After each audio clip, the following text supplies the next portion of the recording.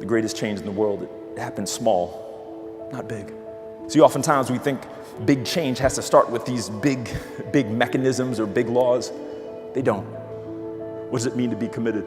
Let's say you're playing the game of poker and you push all your chips in the middle of the table. What does that signify? Justin Tuck was in the back of the room, and I remember he raised his hand. He said, well, that means you're all in. You're ready to win. You're done going halfway. I said, okay. Well, what would happen if you push your chips in the middle of the table, everyone shows their cards, and then you pull just your chips back and you tell everybody you were just kidding? I remember he smiled and he said, well, if you're playing poker at my house, there's a good chance you're going to get punched in the face. I said, Justin, you're right. If you would never do it in a game of poker, why do we do it with our lives? Why do we say we're going to be committed, and when things get a little difficult, we step away from the table and say, it's not for me? So I gave him a chip that night. I gave him a marker. Like, wasn't anything special about the chip. It wasn't magic. It wasn't blessed. But I said, you take that chip and you sign it. Put it someplace you see it. When you see it, not that it'll ever make you perfect, but you simply ask yourself the question, am I really giving my best? Some guys took the chip and they said they put it in their locker to see and touch before they played. They said it helped them play better, I guess. Other guys, though, they took the chip and they said, you know what? I'm all in for football, but I haven't been the husband or father that my family needs for me to be. I'm going to take this and put it in the middle of my kitchen table at home. But when you're really committed, it's about what you do when no one's watching. And it's not just about looking good. Sometimes people ask me what my all-in is. And that's about the time I take off this ring. See, I put 2 words on the inside of my wedding ring. I made a promise that my 1-year-old daughter, she's going to know who I am because I'm not going anywhere.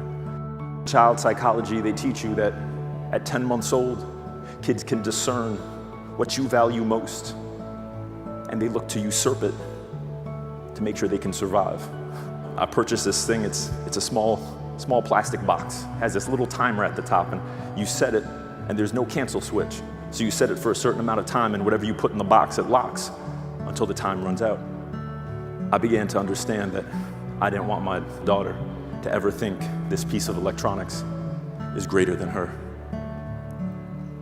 I'm starting to put my phone in that box, the first thing I do, to let her know that that's not more important than she is.